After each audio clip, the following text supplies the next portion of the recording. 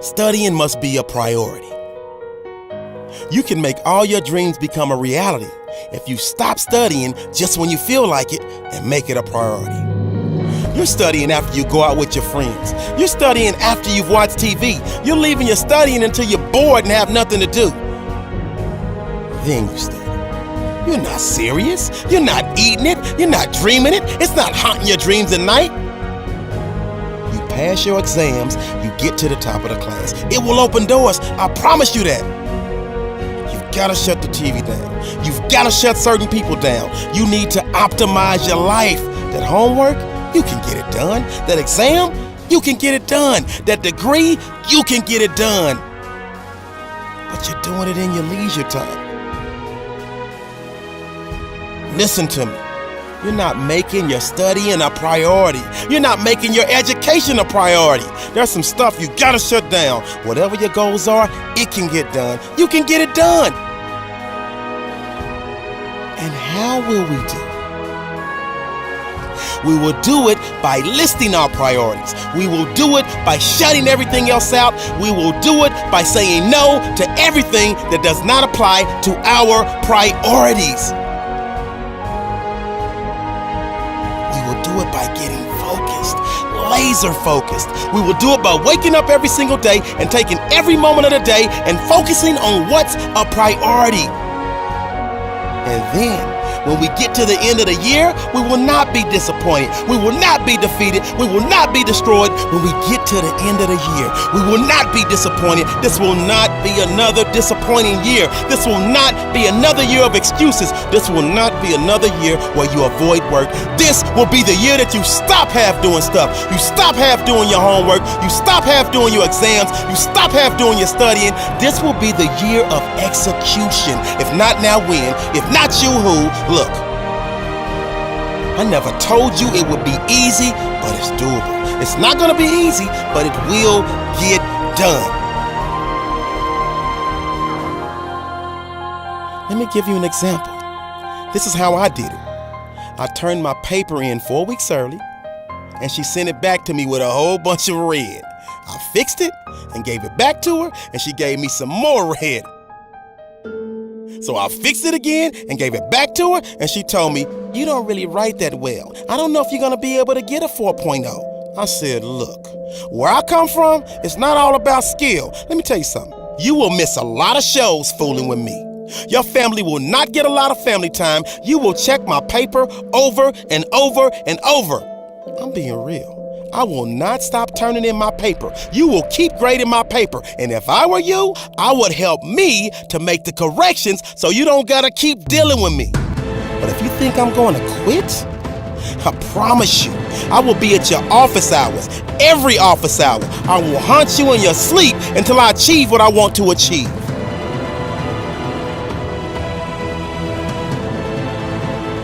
There are people with incredible talent and no motivation. And then there are other people who are willing to work their tails off who don't have a natural ability but will become successful because they're so determined. You know, every time you lose at something, you're one step closer to winning the next time. The difference between successful people and unsuccessful people is simple. Unsuccessful people give up. The hardest thing in life to learn is to lose. You win, you're happy. You get a high five. Your friends are happy. That's easy. It's your ability to take a loss, get up the next day, dust yourself off, and keep going that really determines your true character.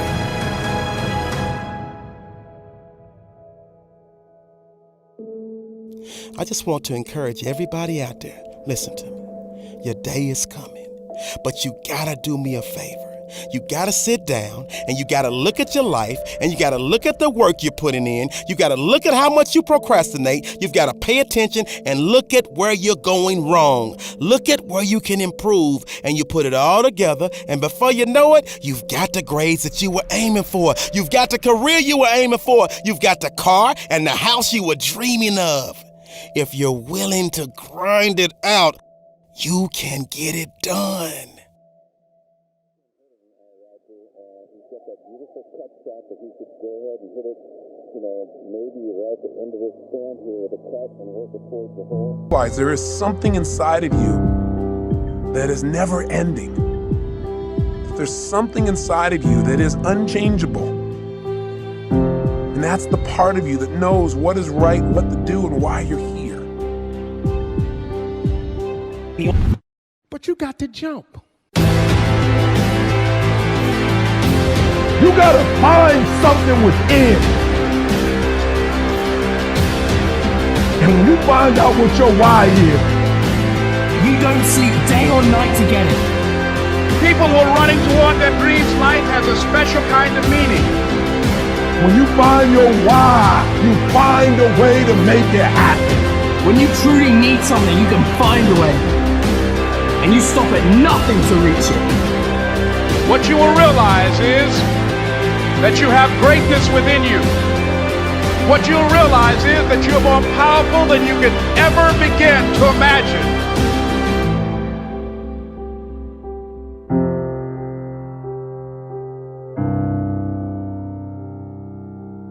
We're all dying.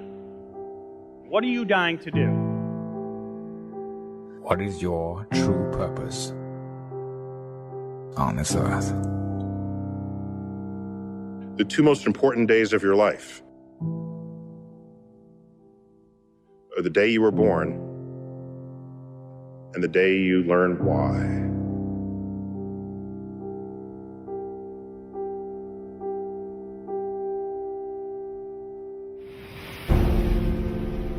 I've got one question for you.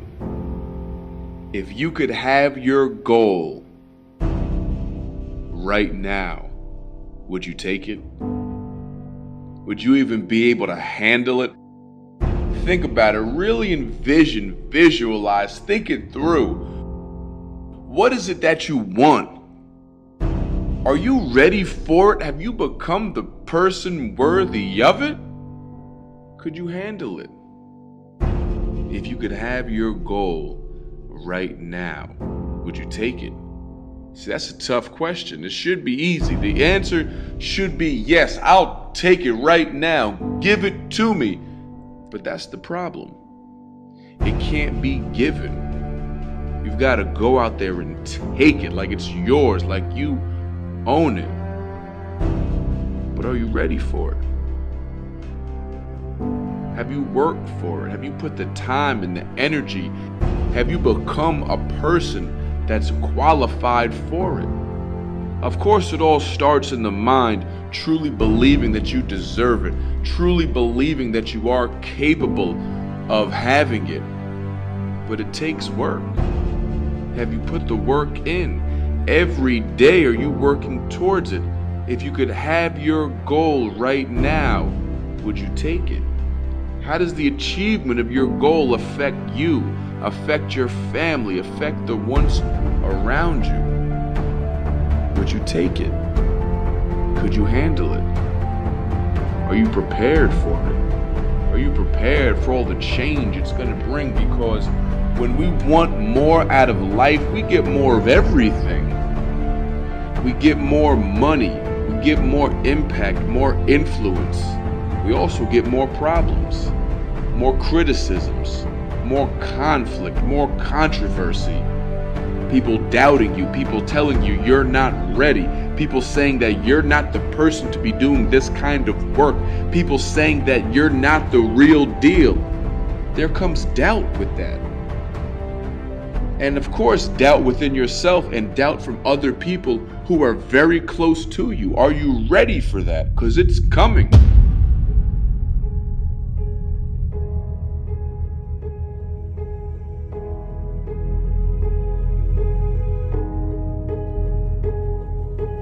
Have you built the relationships that can help you get through the storm? Do you have the systems in place, the personal, the business, the emotional systems in place to help you see yourself through the storm? Because most of the time when you're going after what you want, most people will not be able to relate to you because they're not doing that. Most people are going for what's right there in front of them. Most people are playing it safe. Most people aren't chasing anything down. you are. You've decided to. You know that there's something more. You actually look forward to putting something in front of you because that keeps you driving forward. If you want something, nobody has the right to talk you out of it. If you want something, you go out and get it. My question is, are you the person who's ready for it?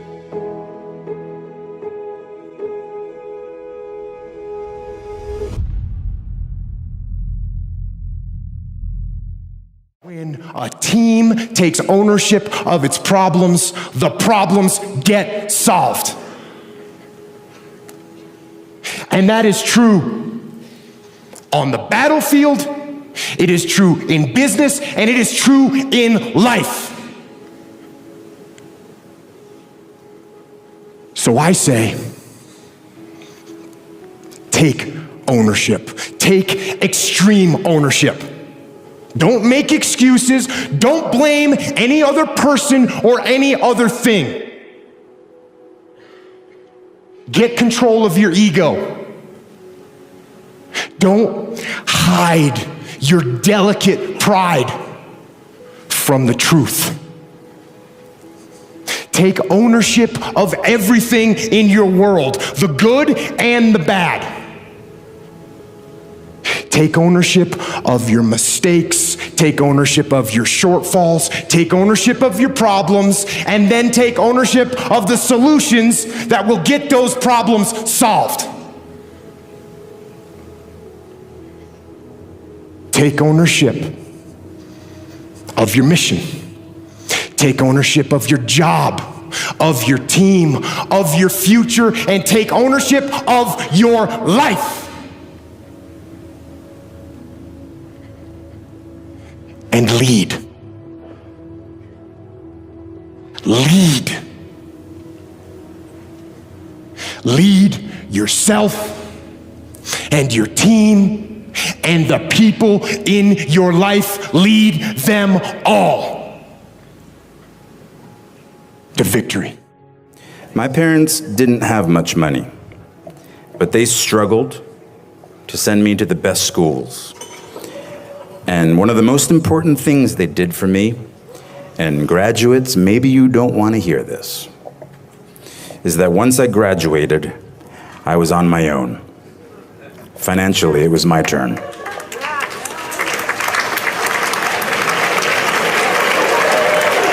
Parents are applauding, graduates are not. But this made me very hungry. Literally. I couldn't be lazy. Now I'm totally lazy, but back then, I couldn't be. And so at 29, and at very long last, I was in the company of the actors and writers and directors I'd sought out that first year, that first day after school. I am by their sides. Raise the rest of your life to meet you. Don't search for defining moments because they will never come. So no matter how late at night you go, before you wrap up, just take 4 minutes and really think through everything that you have to get done for the next day. So here's how I usually do it. First thing I do is I open up my calendar and I take a look at all the appointments that I have for the next day and the time that those appointments will take. Like this. 1 o'clock, I got a team call that lasts 30 minutes. 3:30, I have a Marie TV script review that'll take about an hour. And then I have a 6:30 spin class. Then I write down all the projects and the tasks that I need to get done, and I give myself a little bit of an estimate about how long I think each project or task will take. Of course, these are estimates. Sometimes I get things done faster, and sometimes they take longer, but at least I give myself a baseline to work off of.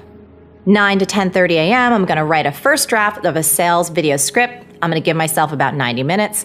Then from 11:30 to 12:30, I'm gonna review my social media schedule, give myself an hour for that. And from 2:30 to 3, I'll do a little email clear out. And finally, I make a new little section at the bottom of my notepad with personal things that I need to handle for that day. For example, get Nanny a birthday card and mail it. That'll take me about 30 minutes. Order more Kuma food, all of 10 minutes. And book a haircut for the next month, takes me about 5 minutes. Boom! That is it. Super simple. So when I do this, it informs exactly when I need to be at my desk and working, which tells me when I need to wake up to have enough time to do my little morning routine and get everything done without feeling rushed or stressed. The worst thing you can do is wake up in the morning and go straight to your computer and open up email, and then all of a sudden you're pretending to work all day, and at the end of the day, nothing important ever got done. Nobody's perfect, and of course not every day goes as planned, but this system gives you the best chance possible at making sure that your most important projects get done, especially if you have an inconsistent schedule. Do you find that you've kind of reached a point where like other actors are kind of coming to you for advice now on like how to get their career started or acting tips? Some. It's a really, really hard issue, I think, because everybody's path is so particular, and there's no roadmap that's completely laid in stone for it, you know. The only consistent thing I ever say is if you want to do it, just keep doing it, you know. And because that's the only thing I can think of that, you know, because like, what do you can tell somebody how you did it. I went to undergrad, then I went to grad school, and then I did a showcase, and I got well, I mean, this is really a particular path, you know, and I had to take out loans. You know, so consistency in your effort is what I always say. As far, you know, you must find a way to do the work, because you're only going to learn by doing the work. You know, each experience, good and bad, offers reams of material for your subconscious as you move on. That was very deep. I'm gonna go hard no matter what, because I gotta feed my family. Yeah. And I gotta feed myself. And if you notice on my Snap, I'm trying to make it super clear. When I get something to eat, it costs money to eat. Right. Like, you gotta pay the bill. Like, if it's a cheeseburger, it's $5, it's $5. If it's a filet mignon, it's $35. You know, God forbid you want a lobster. Right. It's $45. Like, and this is food, guess what? And I try to tell the young world, I don't know why they're not telling them. Yeah. It costs money to eat. Right. So guess what you gotta do? You gotta get money. Yeah. See, you know, it makes me mad that people try to discourage people from getting money. Like it's a problem. I didn't create the system. Right. Yeah, I mean, if it was free, I would thank you. You know what I'm saying? And then, so what I'm trying to say is we have to hustle. We have to get money. Like, you know, teach the young world, work hard, strive hard. It's okay. I remember when I was young, they told me, Khaled, you only gonna get a Hyundai. So I went and bought a Phantom. Oh, you know what I'm saying? Like, you know what I'm trying to tell you? Like, that's what I'm saying. If you want to wear a dope sneaker, what's wrong with wearing a dope sneaker? Oh, it costs money? Okay. Right. Great. Work hard. Like, what's the problem? But they don't want us to wear dope sneakers. No. They don't. That's the major key. They don't want us to. So I'm letting you know straight up. They don't want Big Boy to have the #1 morning show in the country. God damn it. You know what I'm saying? But guess what? We got the #1 show in the country. I think the world like lacks optimism. I think, you know, everyone's like, your energy. I've come to realize it's just optimism. I'm just happy, just positive. That's what it is. Just like whatever chemicals are in my body, they just allow me to see the bright side. Like, and I just don't think I've realized how few people have that. Like, very few people have it as black and white 100-0. Like, I just think everything's good. But like, you know, I'm dying to know out of 8 billion people, like what the breakdown is. Like, my gut is like 6 billion just go directly into having more pessimism and cynicism and negativity, like 51-49 minimally, all the way down to very scary places. And I just don't think there's a lot of 80% optimism. Is that the way they were raised, or just environment, raised, like just all that stuff. I force myself to be optimistic every day. It does not come naturally. I get it, Susan. It doesn't come naturally to a lot of people. I think that's like, you know, if I was ever to say I'm lucky about something, forget about the business results. It's lucky that optimism comes naturally to me. Like, I'm just optimistic. Like, I just think that so much works for me because I refuse to accept the negative. Like, and I don't think, I hate when people say it's, you know, it's an option. or it's a choice. I agree with you, Susan. I don't think it comes natural to everybody. I think we are just starting on the early stages of really looking at mental health, the brain, meditation, and I do think like that's like saying be beautiful. It doesn't come natural to everybody. Some of us, yes. I'm just kidding, but like I do think that some things are etched with us early on, and I'm so grateful. I sit here in front of the 2,000 of you, which in itself is ridiculous. Like I can turn something on in 3 minutes and have 2,000 people care enough to hear what I have to say. I sit here with ego and humility, gratitude and focus, appreciation and sense of responsibility, all built around really this optimistic foundation that is the fuel that drives me to my hustle and to my execution in the marketplace. I realize what's going on here. One life. I realize that I'm living like this is our only at bat, and most of you aren't. People walking around here like they're coming back. People walking around here like they're coming back. You're not coming back. Well, listen, I don't want to impose my beliefs on others. Maybe you believe you're coming back. I believe you come back as a tree or a flower pot or D-Rock sneakers, and that blows compared to being a human. And so I'm acting that way. I'm acting that way.